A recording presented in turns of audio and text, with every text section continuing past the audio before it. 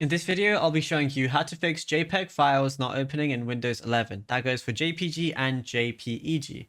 Now, if your files aren't opening, it's usually because the Microsoft Photos app hits a database error or a recent update change your file associated to a dead app. So since Photos is the default viewer, a corrupted cache will prevent any image from launching.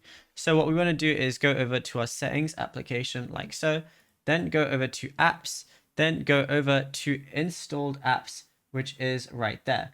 And what you want to go ahead and do there is search for Microsoft Photos.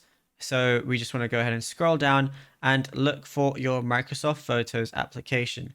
Then once you go ahead and do that, select advanced options, which is right there.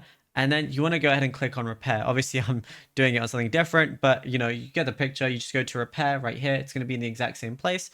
And if that doesn't work, then try and reset as well.